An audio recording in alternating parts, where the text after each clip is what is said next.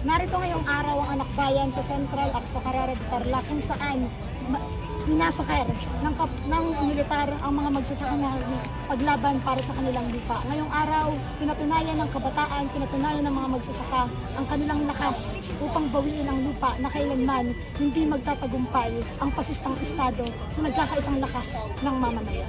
Ngayong 20th anniversary ng Hacienda Luis Vista Massacre, muli nating pinatunayan na bigo ang militar.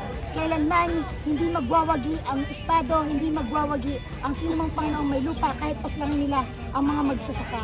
Makasaysayan ang araw na ito na muling nagpakita ang mga magsasaka kasama ang mga kabataan upang ipaglaban ang ating karapatan sa lupa. Hanggat walang lupa ang mga magsasaka, tuloy-tuloy nasasanib ang mga kabataan, tuloy-tuloy natatapak ang kabataan sa sakahan upang bawiin ang lupa. Dahil ang lupa para sa mga magsasaka ay buhay at kung